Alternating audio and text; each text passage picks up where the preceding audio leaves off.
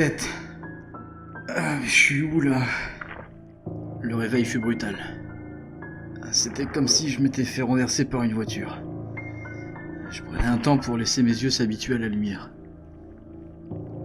J'avais comme un voile blanc devant les yeux. J'étais comme ébloui alors que l'endroit où je me trouvais semblait très peu éclairé. Après une vingtaine de secondes, je voyais déjà beaucoup mieux. Le voile avait disparu, mais je ne distinguais pas grand-chose. C'était très sombre. Je me fiais alors plus au sens du toucher. Je n'avais rien senti de la sorte auparavant. Le sol sur lequel j'étais étendu était à la fois ferme et mou. Je pensais à de la terre, mais non, ce n'était pas ça. Ce sol était froid aussi. En tournant la tête, je sentis une résistance. Ça me tirait les cheveux. Mes mains étaient collées sur cette substance inconnue. Je sentais la panique m'envahir. Ah! À l'aide! Il y a quelqu'un? Pas de réponse.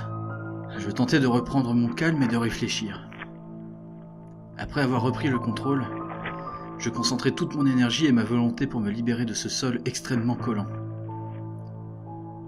Après plusieurs minutes de lutte, j'avais réussi à me redresser en position assise.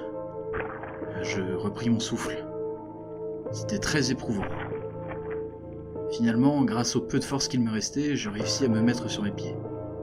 Étonnamment, mes semelles collaient moins au sol que mes autres vêtements, et beaucoup moins que ma peau. C'était un soulagement.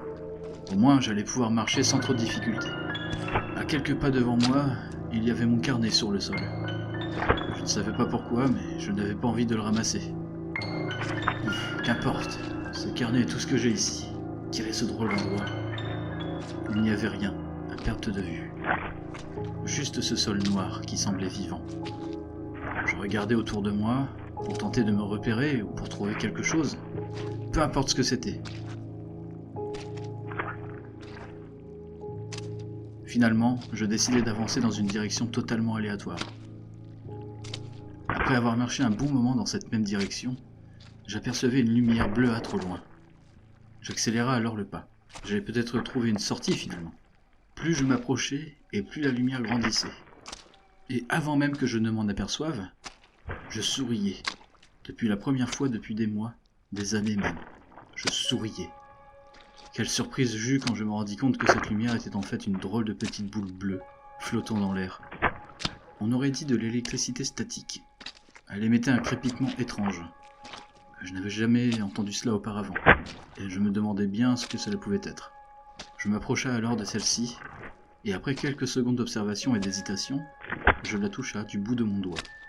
La boule virevolta dans tous les sens et à toute allure, allant de droite à gauche, de haut en bas, puis elle faisait des sortes de loopings de manière totalement aléatoire, en changeant sans cesse de rythme, jusqu'à devenir très lente et à tourner autour de moi, en partant du haut de ma tête, mon buste, ma taille, mes jambes et enfin mes pieds. On aurait dit qu'elle me scannait.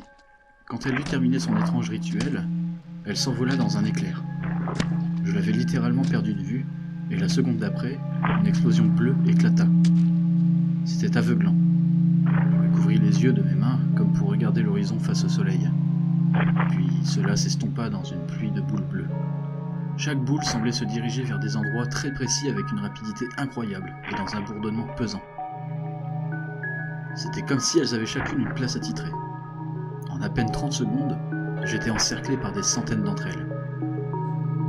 Puis survint un silence, un très long silence. C'est quoi ce délire? Ne sachant pas à quoi m'attendre, j'ai attendu quelques minutes en observant toutes ces sphères qui m'entouraient. J'étouffais, j'avais du mal à respirer tant la panique m'envahissait. Puis, en voyant qu'il ne se passait rien, je réussis à me calmer et à me montrer courageux, pour une fois. Je m'approcha alors d'une d'entre elles au hasard, puis la toucha du bout de mon doigt. Elle fit un petit bond et émetta un son étrange. Mais il ne se passa rien d'autre. Je marchais alors lentement, en essayant de toutes les observer. J'avais l'espoir qu'il allait bien finir par se passer quelque chose. Ça fait je ne sais combien de temps que je marche. Tiens, cette boule a l'air de bouger sans que je la touche. Je m'approchais d'un pas méfiant. Plus je me rapprochais, plus la sphère semblait s'agiter. Puis c'est elle qui se déplaça vers moi. Elle était allée si vite que je ne l'ai pas vue lorsqu'elle s'est arrêtée. Elle semblait être attirée par mon carnet. Plus je tentais de l'éloigner, et plus elle fonçait dans sa direction. Saloperie, tu le veux mon carnet, c'est ça? Je frappa violemment la sphère avec mon carnet.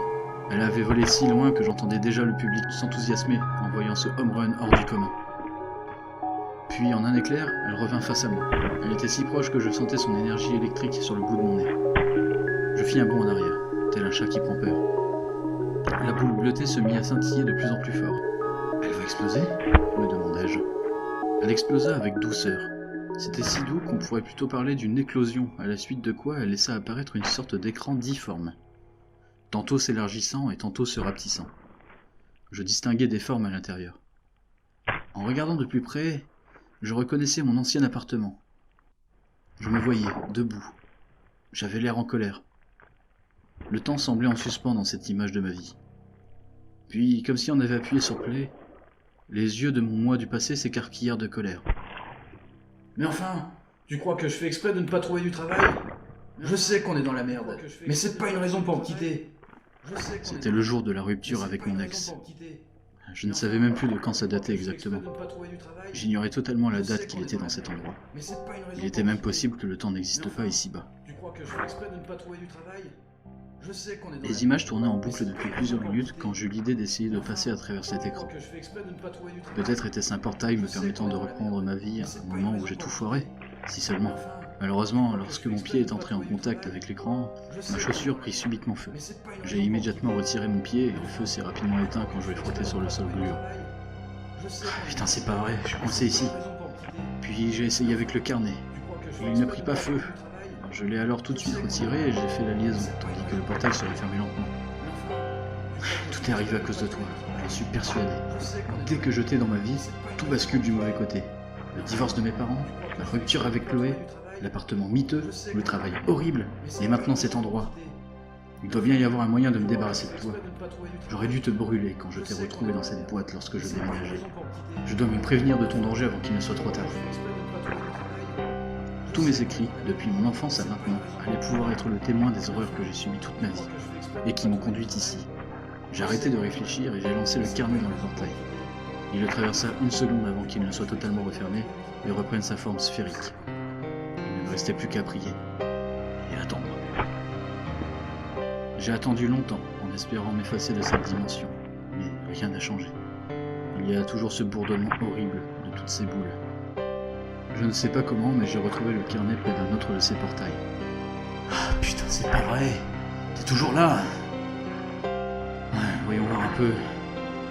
Tiens, c'est marrant, même le dessin est toujours là. Tout est là, même mes écrits, tout est dedans. Merde! La lettre! Elle n'est plus là! Ah, bon sang, je ne saurais jamais ce qui était écrit dessus. Ah, mais je sais, je n'ai qu'à écrire une lettre à mon moi du passé pour le prévenir. Avec un peu de chance, une simple page ne reviendra pas ici. Il ne me reste plus qu'à trouver le bon portail. Crois-moi, tu ne gagneras pas, foutu carnet.